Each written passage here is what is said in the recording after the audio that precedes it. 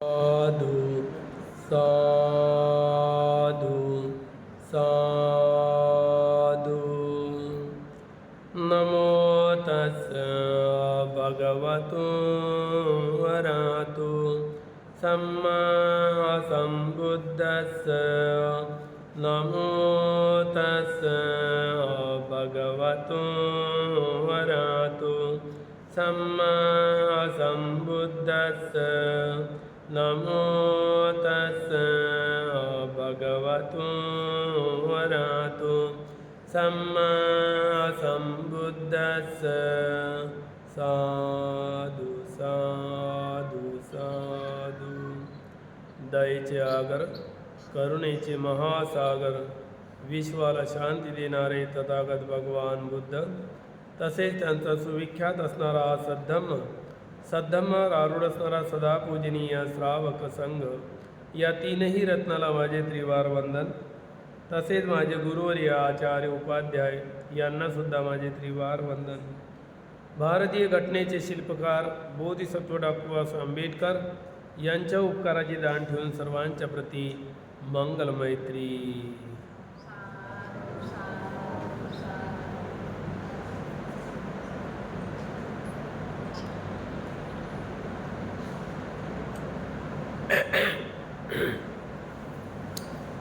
कालचा आपला कोणता विषय झाला?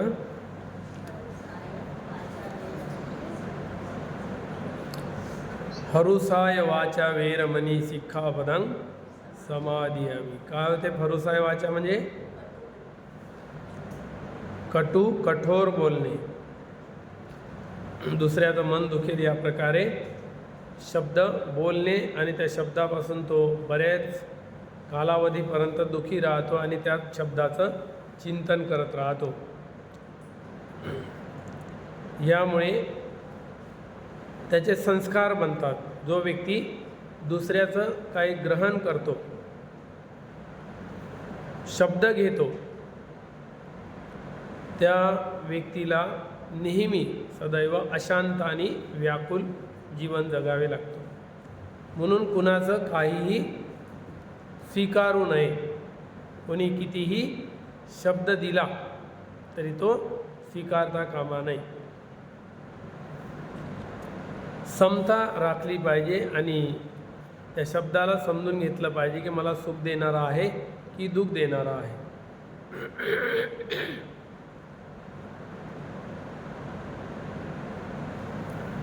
तर आज आपण पुढील शील पाहूया। कोणतं शील आहे?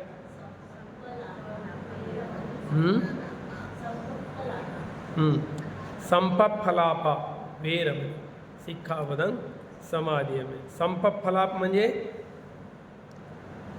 फालतूचा वार्तालाप।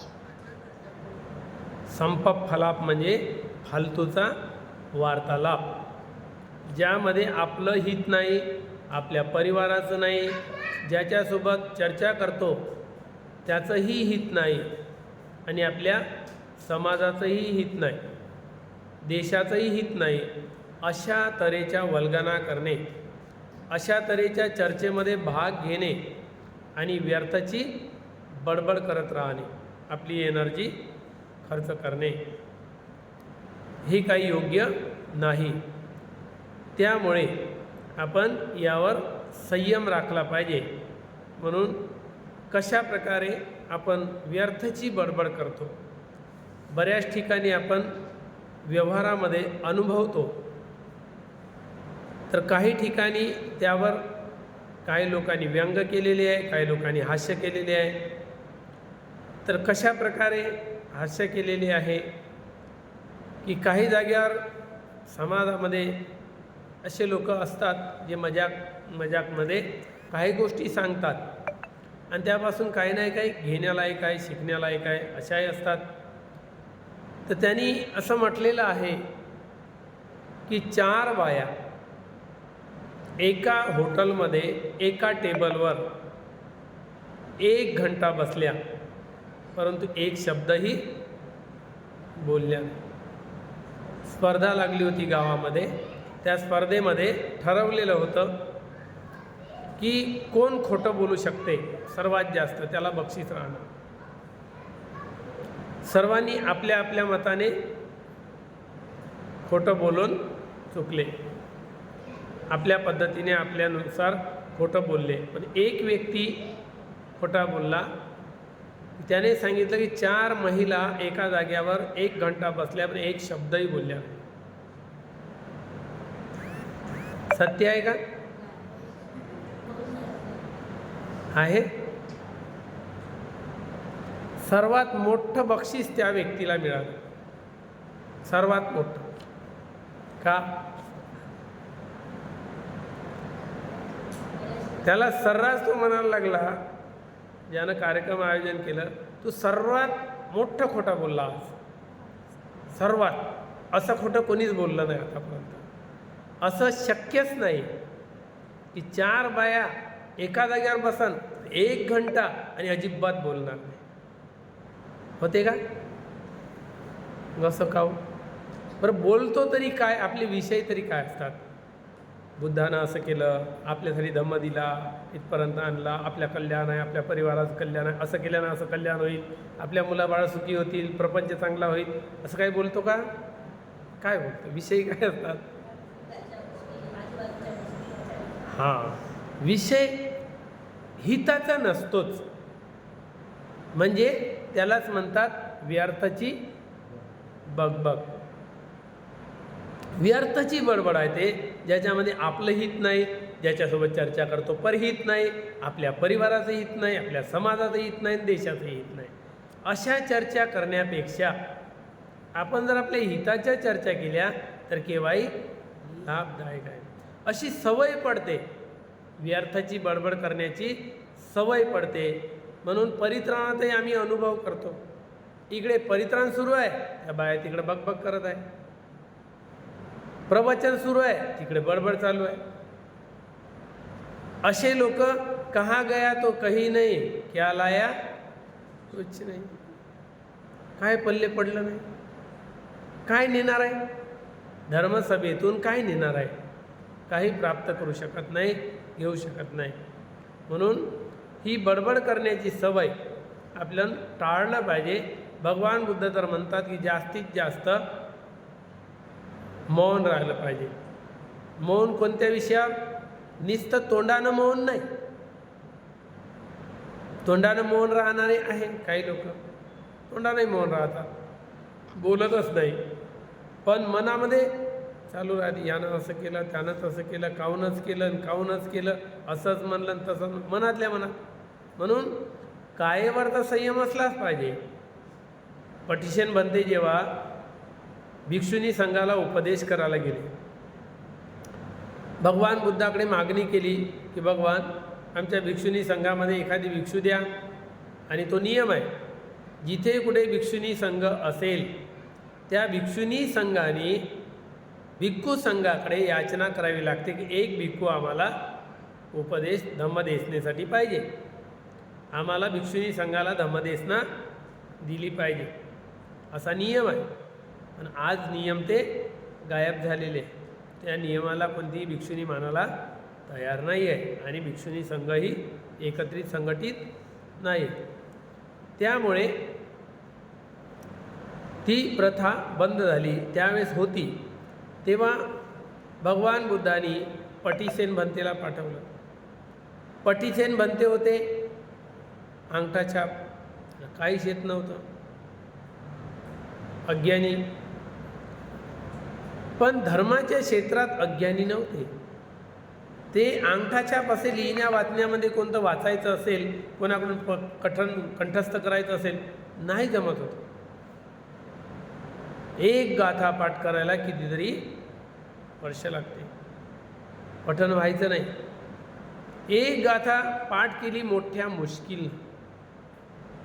तेव्हा भगवान बुद्धांनी पाठवलं प्रवचनाला भिक्षुनी संघा. भंतेजी असे बसले शांत. भिक्षुनीचा गदारोळ चालूच होता, गोंधळ चालूच होता. आता चुप राहतील, मग चुप राहतील, थोड्या वेळाने चुप राहतील. भंतेजी वाट पाहत आहे, धम्मदेशना करायची आहे, चुप राहिले खाली नाही. एकामेकाला कुचके मारू लागल्या असे बोट. हे भंतेजी पाठवले, हे अडाणी भंतेजी आम्हाला काही सांगणार का हो? काही आहे का हो यांच्याजवळ? सांगता येते का हो? एकीमेकीला कुचके मारायचे. बंतेजी आहे डोळे बंद करून, कारण त्यांचे अंतर्मन चक्षु खुललेले होते. बाहेरी चक्षुशी काय देणे घेणे नव्हतं त्यांना. बाहेरचं या डोळ्यानं पाहायचंच नव्हतं त्यांना. डोळे बंद आहे, पण अंतर्मनाचे चक्षु खुले होते. अंतर्मनाच्या चक्षुनं पाहू लागले कोण काय करत आहे. त्यांना सर्व दिसू लागलं. तर बंतेजी म्हणतात, कायेन संवरो साधू. समजून गेल्या भिक्षुण्या, कायेवर संवर करा म्हणते, एकमेकीला कुचके मारू नका, शांत राहा म्हणते. शांत राहिल्या. थोड्याच वेळात एकामेकीच्या कानाजवळ बोलू लागल्या, कुचूर कुचूर कुचूर कुचूर करायला लागले. चूप नाही, शांत नाही बसणार. भिक्षुणी आहे, शांत नाही बसणार. एकामेकीच्या कानात कल्ला ऐकायला गेला. बंतेजी म्हणते, वाचाय संवरो साधू. वाणीवर संवर केल्याने कल्याण होईल. चुप राहिल्या. वाणीनं तर चुप राहिल्या, पण मनामध्ये सर्वाच्याच सुरू आहे. काय सांगते का बापा, काय सांगते का बापा, समजते का नाही का बापा, याला येते का नाही का बापा. मनातल्या मनात बंतेजी तेही जाणत आहे तुमच्या मनात नेमकं काय चालू आहे. बंतेजी म्हणतात, मनसा संवरो साधू. मनावर संवर करा, कल्याण होईल. तेव्हा कुठे त्यांच्या लक्षात आलं की पटीसेन भंतेजी मनातलंही जाणतात. कारण ते नुकतेच अरंत झाले होते, कोणाला माहीतही नव्हतं. आणि भगवान बुद्ध जाणत होते. अरंताला त्या भिक्षुण्याला शिकवायला पाठवलं. यांना काहीच माहीत नाही, टिंगल उडवत होत्या बंतेजीची कुजबूज करून. तर या प्रकारे जेव्हा आपण काया वाचा मनाने शांत राहतो, तेव्हाच आपलं मन आपल्याला लाभ देते. अशाच प्रकारची एक घटना भगवान बुद्धांनी या शिलावर सांगितलेली आहे. संप फलापा वेरमणी सिक्खापदं समाधिया. कोकालिक नावाचा भिक्षू होता. धम्मपदामध्ये कोकालिक वत्तू म्हणून एक प्रकरण आलेलं आहे. भगवान बुद्धाची देशना झालेली आहे यावर. तर भगवान बुद्धांनी याबद्दल कोकालिक वत्तू यामध्ये एक गाथा म्हटलेली आहे.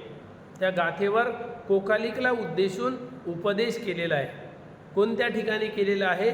जेतवनामध्ये, श्रावस्तीमध्ये, जेतवनामध्ये, अनाथ पिंडकांनी बांधून दिलेल्या जेतवनामध्ये हा उपदेश झालेला आहे. कोणत्या गाथेवरून अनुसरून? यो मुख संयतो बेको मंतवानी अनुद्धतो अथं धम्मं च दीपेति मधुरं तस्य भासितं. भगवान बुद्ध म्हणतात, यो मुख संयतो, जो आपल्या वाणीवर संयम करतो, तोंड बंद ठेवतो. यावर धर्मदेशना भगवान बुद्धांनी जेतवनामध्ये साधना करतेवेळी कोकालिक नावाच्या भिक्षूला उद्देशून म्हटलेली आहे ही गाथा. याचा संबंध कोकालिक सूत्रामध्ये, संयुक्त निकायामध्ये एक कोकालिक नावाचं सूत्र आहे, त्यामध्ये पूर्ण विस्तार दिलेला आहे. याचा अर्थसुद्धा, त्याचा संबंध अट्टकथेमध्ये वर्णन केलेल्यानुसार आलेला आहे. या ठिकाणी जसं वर्णन केलेलं आहे तशी कथा त्या संयुक्त निकायामध्ये आहे. तसेच कोकालिक हा पद्म नावाच्या नरकामध्ये त्याचा जन्म झाला होता. कोकालिकचा पद्म नावाच्या नरकामध्ये जन्म झाला होता. कोकालिक नावाचा जो भिक्षू होता त्याचा पतन झालं. त्यानंतर भिक्षूने धर्मसभेमध्ये चर्चा प्रारंभ केली. अरे, हा कोकालिक भिक्षू आपल्या वाणीच्या कर्माने नष्ट झाला. वाणीच्या कर्मामुळे कोकालिक भिक्षू नरकात गेला. दोन अग्रश्रावक सारीपुत्त आणि महामोगलान यांना अपशब्द बोलला. सारीपुत्र आणि महामोगलान म्हणते भगवान बुद्धाची उजवा हात आणि डावा हात, विद्वान महाप्रज्ञावान यांना, या दोन भंतेजीला तो कोकालिक नावाचा भिक्षू अपशब्द बोलला.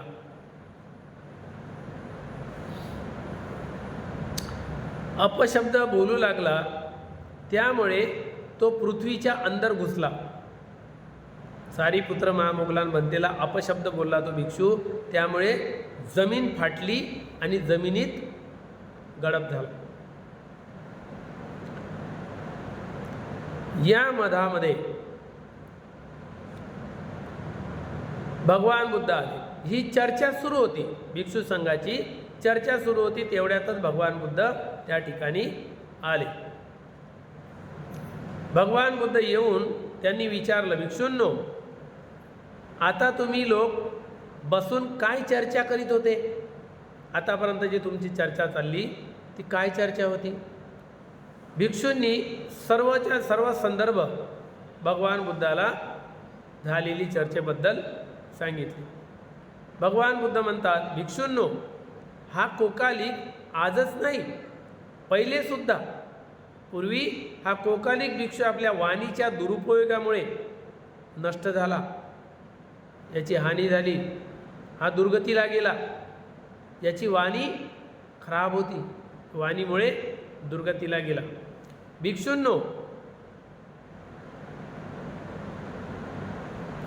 ते प्रकरण, भिक्षू लोकांनी ते प्रकरण ऐकण्याची विनवणी केली. भगवान बुद्धाला याचना केली, भगवान, ते प्रकरण आम्हाला समजवा, कसा काय तो नरकात गेला, कसा काय दुर्गतीला गेला, वाणीचे कोणते कर्म होते, त्याचे कोणत्या कर्मामुळे त्याची दुर्गती झाली, आम्हाला ऐकवा. त्यांनी निवेदन केले, याचना केली. भगवान बुद्धाने त्या कोकालिकची पूर्वजन्माची कहाणी सांगितली. आजच हा दुर्गतीला नाही गेलेला आहे, पूर्वीही गेलेला आहे, म्हणून भगवान बुद्ध त्याचे पूर्वजन्म सांगतात. ही घटना ऐकवली. एका जन्मामध्ये कोकालिक नावाचा हा भिक्षू कासव बनला होता. एका जन्मामध्ये कासव, कासव समजते ना? नाही, हां, इंग्लिश झालं ते, आपल्याला मराठी देते. या कासवाची कथा भगवान बुद्धांनी सांगितली. पूर्व काळी हिमालयाच्या प्रदेशामध्ये एक सरोवर होता, म्हणजे तलाव होता. त्या तलावामध्ये एक कासव राहत होता. त्याच भागामध्ये दोन हंसाचे पिले होते. हंस,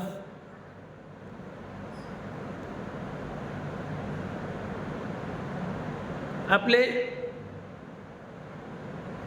भोजन शोधत शोधत ते त्या ठिकाणी आले. जिथे कासव राहत होता त्या ठिकाणी चारा शोधत शोधत दोन हंसाचे पिले आले. हळूहळू त्या दोघांची कासवासोबत मैत्री झाली. त्या दोघांचा परिचय झाला, ओळख झाली आणि ते त्यांचे दोघेही कासवाचे दृढ विश्वासू बनले. त्यांच्यामध्ये मैत्री झाली. एक दिवस त्याने त्या कासवाला विचारले, हंसानी एक दिवस त्या कासवाला विचारले, मित्रा, आमच्या हिमालय प्रदेशामध्ये चित्रकूट पर्वतावर बनलेली कांचन गुफा आहे. आमच्या हिमालय प्रदेशामध्ये एक पर्वत आहे, त्या पर्वतामध्ये बनलेली एक कांचन नावाची गुफा आहे. त्या गुफेमध्ये तुमच्यासारख्यांना रमणीय जागा आहे. आमच्या प्रदेशामध्ये हिमालयाच्या पर्वताच्या मध्ये एक गुफा आहे, तिथे रमणीय जागा आहे, तुम्ही तिथे राहू शकता. काय तुम्ही आमच्यासोबत तिथे चलाल?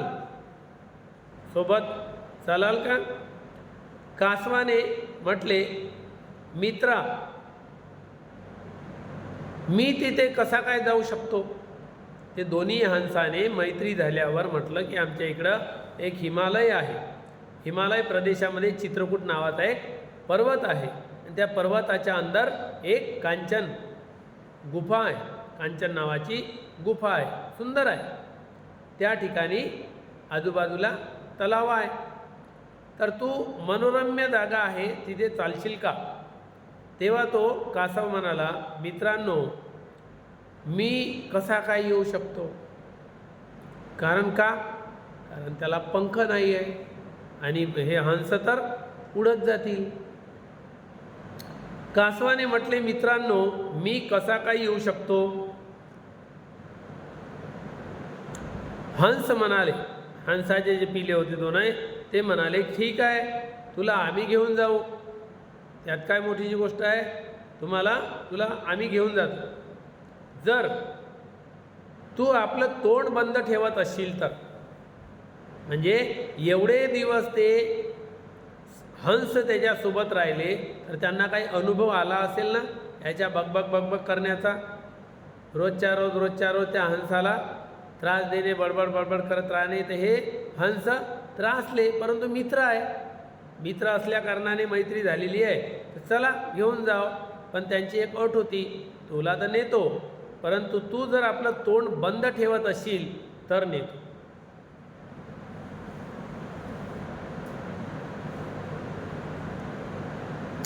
तो कासव म्हणाला, ठीक आहे, मी माझं तोंड बंद ठेवील,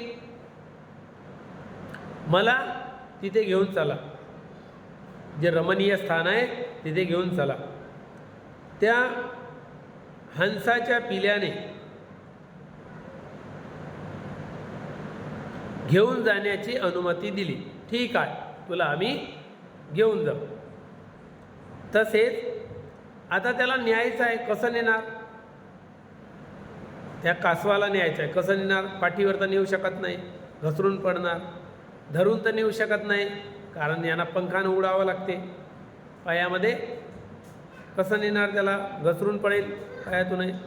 तेव्हा त्यांना एक युक्ती सुचली आणि त्या युक्तीनुसार त्यांनी एक दंडा घेतला, छोटीशी काडी घेतली आणि त्याचा मध्यभाग, काडीचा मध्यभाग त्या कासवाच्या तोंडामध्ये दिला.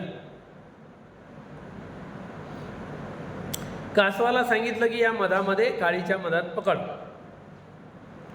आणि हंसाच्या पिल्यांनी 2 टोकं धरले काडीचे. तू काडी तोंडात धर मधामध्ये, आम्ही 2 बाजूला काडीचे टोकं धरतो. आपल्या चोचीमध्ये दोन्ही टोकं दोघांनी पकडले आणि आकाश मार्गाने उडत चालले. हंसद्वारा या प्रकारे कासवाला घेऊन जाताना पाहून हंस 2 टोकाला काडीला पकडून आणि मधामध्ये तो कासव असा घेऊन आकाश मार्गाने चालले. तेव्हा काही मुलं खाली खेळत होते. त्या खेळणाऱ्या मुलांनी बघितलं की हंस या कासवाला घेऊन जात आहे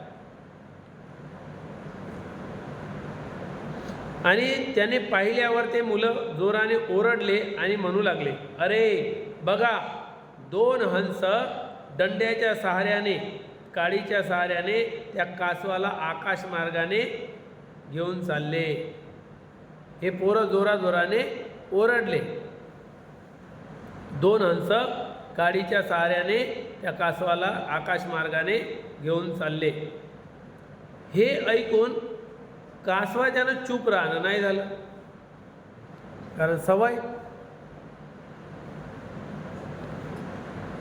कासवाच्या कानावर हे शब्द गेले आणि कासवाने ते ऐकून बोलण्याचा प्रयत्न केला.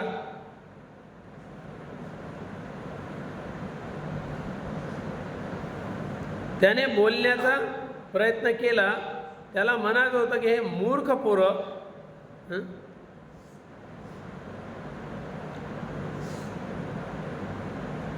जर मला माझे मित्र या तऱ्हेने घेऊन जात असेल तर तुम्हाला काय करायचं आहे रे, असं त्या कासवाला बोलायचं होतं. मूर्ख पोरांनो, माझे मित्र जर मला या तऱ्हेने जर नेत असेल तर तुम्हाला काय करायचं आहे रे.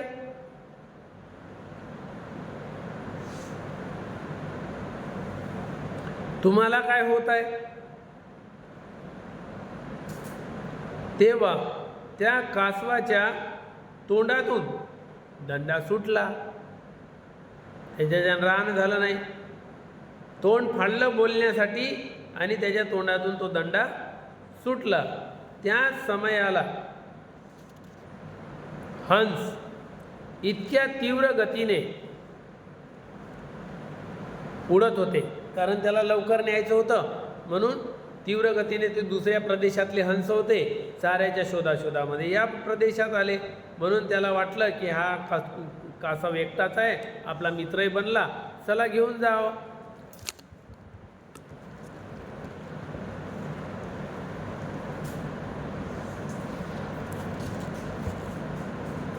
या प्रकारे त्याला घेऊन जाण्याच्या उद्देशाने लवकर लवकर उडू लागले. जोराने उडत असताना अचानक त्याने तोंड खोललं आणि तो कासव वाराणसीचा जो राजा होता, त्या राजाचा महाल होता, महालाच्या छतावर फरशा बसवलेल्या असते चोपड्याच्या दगडाच्या, त्या ठिकाणी दंडा सोडल्याबरोबर तो आकाशामधून त्या वाराणसीच्या राजाच्या महालाच्या वरच्या छतावर पडला आणि त्याच्या शरीराचे तुकडे तुकडे झाले. असे पूर्ण तुकडे तुकडे तुकडे विखुरल्या गेले, पसरले. भगवान बुद्धाने ही घटना, पूर्वकाळीची घटना ऐकवली भिक्षू लोकांना की भिक्षूंनो, या कासवाने आपल्या वाणीच्या कारण वाणीवर संयम नसल्यामुळे असमयाला आपल्या तोंडाचा वापर करतो.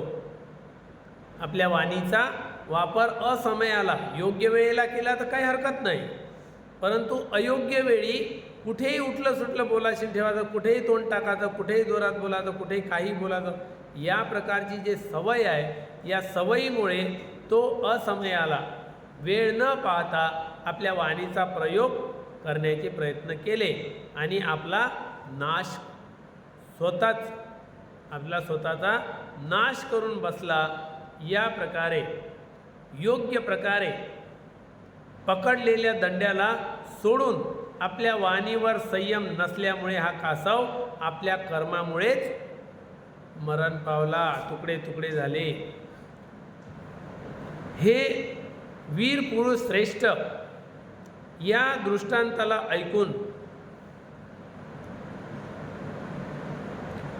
पुरुषाला कुशल वाणीच बोलायला पाहिजे.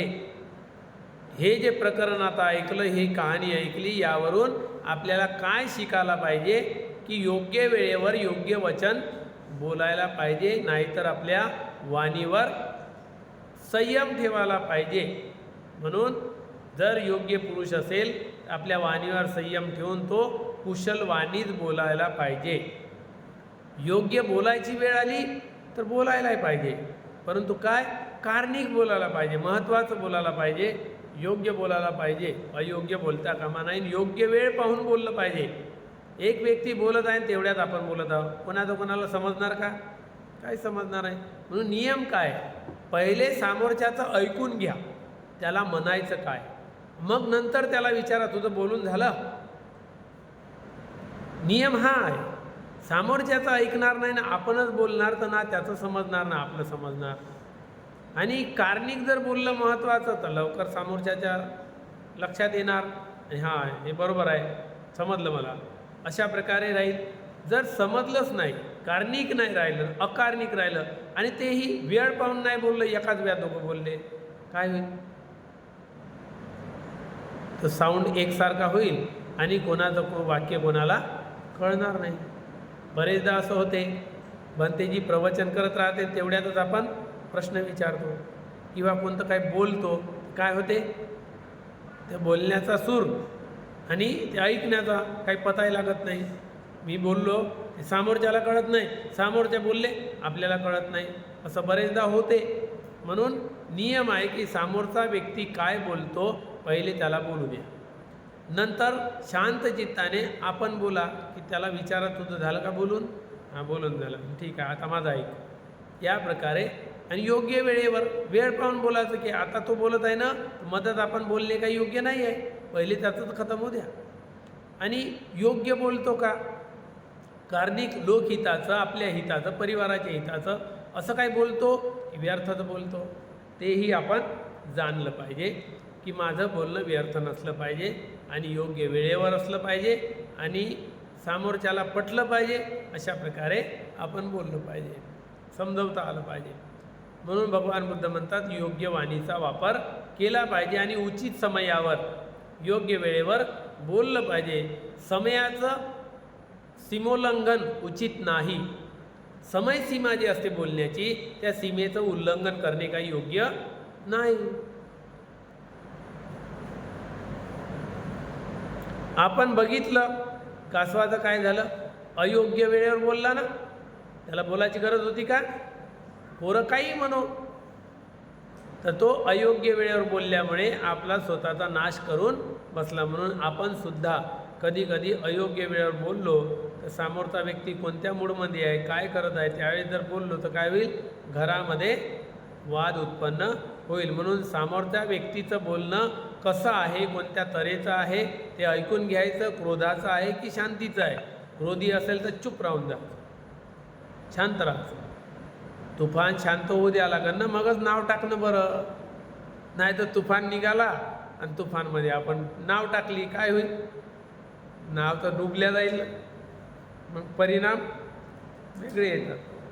म्हणून त्याच्यासाठी समोरच्याला बोलू द्यायचं, काय बोलायचं आहे, आणि शांत राहून जायचं आणि शांततेनं ऐकून घ्यायचं. आणि ऐकल्यानंतर थोड्या वेळानं राग शांत होते, क्रोध शांत होते, त्यानंतर आपण बोलू शकतो. या प्रकारे उचित समयावर बोललं पाहिजे. आपण बघितलेलं आहे की कासवाचं अपसमयावर बोलल्यामुळे वाणीचा प्रयोग करण्याचं कारण नसताना वाणीचा प्रयोग केल्यामुळे स्वतः तो मरण पावला. हे होतं कच्छप जातक. कच्छप नावाचं जातक आहे कासवाचं जातक कथेमध्ये, आणि हे धम्मपदामध्ये भगवान बुद्धांनी हा उपदेश केलेला आहे. या जातकाचा दुसऱ्या निपातामध्ये याचं वर्णन आलेलं आहे, बहुभानी जातक. दुसऱ्या निपातामध्ये सुद्धा याचं नाव आहे बहुभानी जातक, म्हणजे 2 जाग्यावर हे प्रकरण आलेलं आहे. याचा विस्तार करीत भगवान बुद्धाने भिक्षू लोकांना समजवले. म्हणून याचा विस्तार करून भगवान बुद्धांनी भिक्षूंना समजवले की बघा वाणीचा दुष्परिणाम काय निघतो. म्हणून आपण व्यर्थाची बडबड करणे योग्य नाही आहे. आपल्या हिताचं आहे, लोकहिताचं आहे तर बोललं पाहिजे, परंतु विनाकारणाचं बोलण्यात काही फायदा नाही. भिक्षूंनो, आपली वाणीवर संयम ठेवून व्यवहार करायला पाहिजे. नम्रतापूर्वक सर्वांसोबत व्यवहार करायला पाहिजे, असे म्हणत भगवान बुद्धांनी ही गाथा म्हटलेली आहे. यो मुख संयतो भिक्खू, जो भिक्षू आपल्या वाणीवर संयम करतो. मंतभानी अनुद्धतो, जो भिक्षू मितभाषी आहे, कमीत कमी बोलतो. अथंग धम्मंच दीपेती, तो विनयधर आहे, धम्माला जपतो. मितभाषी म्हणजे कमीत कमी बोलणारा आणि विनयाला महत्त्व देणारा आहे. आणि धर्माचा तो सम्यक रूपाने विवेचन करू शकतो.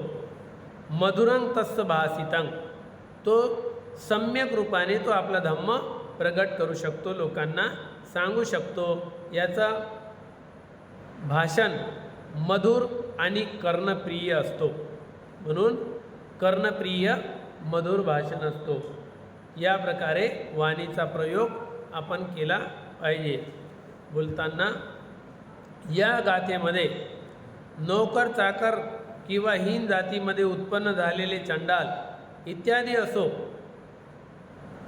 त्यांना आपण वाणीमुळे तू दुर्जात आहे, चांगल्या जातीचा नाही असं म्हणणे योग्य नाही, तू दुःशील आहे इत्यादी शब्द दुर्वचन बोलणे योग्य नाही. तो खालच्या जातीतला आहे, तो दुःशील आहे असं दुर्वचन बोलणं काही योग्य नाही आहे. या तऱ्हेने भिक्षूंना सर्वत्र आपल्या वाणीवर संयम ठेवायला पाहिजे. म्हणून वाणी कारणिक असली पाहिजे, योग्य असली पाहिजे, लोकहिताची असली पाहिजे. या प्रकारे आपण याचाच अभ्यास प्रत्येकाने करायचा आहे. मंतभानी म्हणजे मंत्र सांगणारा, प्रज्ञावान, अर्थात प्रज्ञापूर्वक बोललं पाहिजे. मी काय बोलत आहे याचं भान असलं पाहिजे आणि ते योग्य लोकहिताचं बोललं पाहिजे. अनुद्धतो म्हणजे वचन देशना केली पाहिजे, योग्य देशना केली पाहिजे. मधुर असे भिक्षूला बोलायला हवं. मधुर ऐकणे प्रिय वाटते, मधुर वचन ऐकणे आवडते, प्रिय वाटते. जो भिक्षू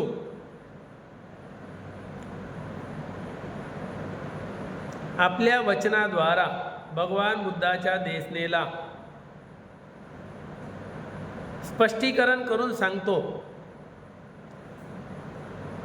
त्याच्याप्रमाणे ते पालीपाठ बोलत नाही. जो व्यक्ती, जो भिक्षू असो चाहे गृहस्थ असो, जो वचन इथे आहे त्याचा अर्थ त्याला माहीत नाही ना, आपल्या मनातले अर्थ काढून जसं मनात येईल तसे अर्थ काढतो आणि लोकांना समजवतो. बरेच गृहस्थ आहे जे बुद्ध आणि धम्म समजवतात ना लोकांना, आपल्या मनाची उपज उत्पन्न करते विचार आणि तोच थोपवून देते त्याच्या मस्तकावर. मी म्हणतो तेच बरोबर आहे, या प्रकारचं समजून सांगतो. कारण त्याने कोणत्याच गुरुपासून ट्रेनिंग घेतलेलं नसते, कोणत्याच भिक्षूपासून तो सान्निध्यात राहिला 15 दिवस, 1 महिना, 2 महिने आणि त्यानं सेवा केली. आणि कसं प्रवचन करायचं, कसं समजून देते 3 महिने, 3 महिने लागते त्याला. एखाद्या भिक्षूजवळ ट्रेनिंग करावं लागतो 3 महिने. आणि मग कसा ग्रंथ समजवून सांगते ती पद्धत शिकल्या जाते आणि मग लोकांना भंतेजी नसताना समजवून सांगू शकतो. त्याच पद्धतीने, कारण हे गुरु शिष्य परंपरा आहे, गुरुच्या मुखातून निघलेले वचन जसेच्या तसे लोकांपर्यंत पोहोचवावं लागते. आपल्या मतानं जमत नाही. आपल्या मतानं पोहोचवले का धम्मही नष्ट होते आणि सांगणाऱ्याचं पापकर्मही होते आणि लोकही गलत निघतात, धार्मिक तयार होत नाही, श्रद्धावान तयार होत नाही, कुबुद्धीचे वादविवाद करणारे तयार होते. काहून की त्यांना तेच शिकवलं की हे नाही आहे, ते नाही आहे, असं नाही आहे, तसं नाही. बस ते जो कोणी भेटला त्याच्याशी वाद घालताना तुम्ही काय सांगता, इथं तर असं नाही, तिथं तर तसं आहे, आम्ही तर असं ऐकलं. बस ते बुद्धवचन नाही आहे. वाद घालणारे लोक किंवा हुज्जत करणारे असे बुद्धवचन सांगत नाही. म्हणून भगवान बुद्ध म्हणतात, फक्त केवळ भगवान बुद्धाच्या देशनेला वचनांद्वारा स्पष्टीकरण न करता आपल्या स्वतःच्या मनानं जे स्पष्टीकरण करून प्रमाण रूपाने पालीपाठ बोलत नाही. तो पाली बोललं पाहिजे आणि त्याचा अर्थ सांगितला पाहिजे. त्या पालीशी जोडावं लागते हे शब्द. खरंच याचा अर्थ असा होतोय का, म्हणून या बाजूला पाली आहे आणि या बाजूला हिंदी आहे, मराठी आहे, तर याचा अर्थ असाच आला पाहिजे जसं सांगतो. आणि त्या लोकांमध्ये श्रद्धा उत्पन्न झाली पाहिजे ऐकताना, तर समजून जायचं की बुद्धवाणी आहे. आणि जर वादविवाद उत्पन्न होत असेल, इथं असं बोलल्या गेलं, तुम्ही इथं तसं सांगता, मग असं कसं होऊ शकते, समजून जायचं बुद्धवचन नाही आहे, तो आपल्या मनातली उपज सांगत आहे भगवान बुद्धाच्या वचनाच्या व्यतिरिक्त. या प्रकारे तो पालीपाठ बोलत नाही. किंवा पुन्हा पालीपाठ बोलणारा व्यक्ती त्याचं स्पष्टीकरण करीत नाही. कोणी कोणी प्रवचन करतो, कशामध्ये, पालीमध्ये करतो, पण पालीचं स्पष्टीकरण देतच नाही. याचा अर्थ काय होतो. आता ही गाथा म्हटली, या गाथेचा अर्थ इथे दिलेला आहे. जो भिक्षू आपल्या वाणीने संयमित राहतो, कमी बोलतो, विनयशील आहे, तोच अर्थ आणि धर्म याला सम्यक रूपाने त्याचं विश्लेषण करून सांगतो. त्याचा भाषण मधुर असतो. जो खऱ्या अर्थाने पालीला जाणतो, पालीचा गाथा सांगतो आणि त्याचा अर्थ सांगतो जसाच्या तसा, त्याचीच वाणी मधुर असते आणि कानाला प्रिय वाटते. का? कारण ते बुद्ध वचन आहे म्हणून प्रिय वाटते. तो सांगते म्हणून प्रिय नाही वाटत. बुद्ध वचनच प्रिय आहे म्हणून बुद्ध वचनामध्ये गोडवा आहे. आणि जेव्हा आपल्या मनाला सांगतो, आपल्या मनात उत्पन्न होईल तेव्हा गोडवा नाही आहे. त्याचा अर्थ हृदयाला लागत नाही, मन प्रसन्न होत नाही, म्हणून तो भरकटल्या जातो आपल्या मार्गावरून, सम्यक मार्गावर नाही आहे. अशा प्रकारे होत असतो. म्हणून भगवान बुद्ध म्हणतात की जो पालीचं वचन सांगतो, त्याचा अर्थ सांगतो, तो गोड बोलतो, मधुर बोलतो, तो बुद्धवाणी बोलतो. या प्रकारे भगवान बुद्धांनी हा उपदेश समजावून सांगितला. आणि ही देशना जेव्हा भगवान बुद्धाची देशना धम्मदेशना झाली तेव्हा भरपूर साधक श्रोतापत्ती फळामध्ये प्रविष्ट झाले. ही देशना मन लावून ऐकल्याबरोबर ते लोक श्रोतापत्ती फळामध्ये प्रविष्ट झाले, म्हणजे दुःखाच्या मुक्तीच्या मार्गात आले. श्रोतापत्ती फळ प्राप्त होणारे, श्रोतापन्न होणारे 7 जन्मात अनंत होतात. म्हणून या मार्गात मन लावून जर पूर्ण बुद्धवाणी ऐकली, एक न एक शब्द हृदयामध्ये लागते आणि साठवते, आणि तेव्हाच श्रद्धा उत्पन्न होते, आणि तेव्हाच्या तेव्हाच तो श्रोतापन्न बसल्या बसल्या होते.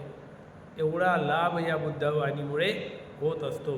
तर अशा प्रकारे आपल्या वाणीचे जे दोष घडतात व्यर्थच्या बडबडीमुळे, तर आपण त्याच्यावर संयम ठेवला पाहिजे आणि आपलं कल्याण करून घेतलं पाहिजे. तर अशा प्रकारे भगवान बुद्धांनी आपल्या वाणीचा संयम, व्यर्थ बोलणे, बकबक करणे, विनाकारणाचं बोलणे आणि खूप सारं बोलणे, असमयाला बोलणे, यावर संयम ठेवला पाहिजे. तेव्हा आपलं बोलणं कारणिक असलं पाहिजे, योग्य असलं पाहिजे आणि विनयाला अनुसरून असलं पाहिजे. योग्य वेळेवर योग्य वचन बोललं पाहिजे. अशा प्रकारे भगवान बुद्धांनी हा उपदेश केलेला आहे. आपण हा उपदेश ऐकून जे पुण्यकर्म अर्जित केलेलं आहे, हे पुण्यकर्म आपण सर्वप्रथम 4ही दिशेला असणाऱ्या देवतागणांना अनुमोदन करूया. या पुण्यकर्माच्या बलाने 4ही दिशेतील देवतांना श्रद्धाशील श्रुत त्याग प्रज्ञा प्राप्त हो. बुद्धाच्या शासनामध्ये उत्तम 4 आर्य सत्य साक्षात करण्याचे भाग्य मिळू. साधू साधू साधू. यानंतर संपूर्ण जे पुण्यकर्म आहे त्या पुण्यातला काही भाग आपण आपल्या मातापित्यांना, गुरुजनांना, आचार्यांना, उपाध्यायांना, ज्ञातिगणांना हे पुण्यकर्म अनुमोदन करूया. जे उपासक उपासिका भिक्षू संघाची 4 प्रत्ययाने सेवा करतात, चिवरदान करून, भोजनदान करून, शयनासन दान करून आणि दवाई दान करून, या 4 प्रत्ययाने जे उपासक उपासिका भिक्षू संघाची सेवा करतात त्यांच्यापर्यंत हे पुण्यकर्म पोहोचो. या पुण्याच्या बलाने त्यांच्यावर येणाऱ्या साऱ्या आपत्ती, विपत्ती, दुःख, भयरोग नष्ट हो. त्यांच्या उद्योगधंद्यामध्ये, व्यवसायामध्ये अभिवृद्धी हो. ते बुद्ध शासनामध्ये राहत हो. त्यांना श्रद्धाशील श्रुत त्याग प्रज्ञा प्राप्त हो. सिद्धार्थ गौतम बुद्धाच्या शासनामध्ये उत्तम 4 आर्य सत्य साक्षात करण्याचे भाग्य मिळो. संपूर्ण विश्वातील दृश्य प्राणी मात्राविषयी मंगलमैत्री करूया. आपल्या कुळातील जे कालगत झालेले लोक आहेत त्यांच्या प्रति सुगतीची कामना करून पुण्यानुमोदन करूया.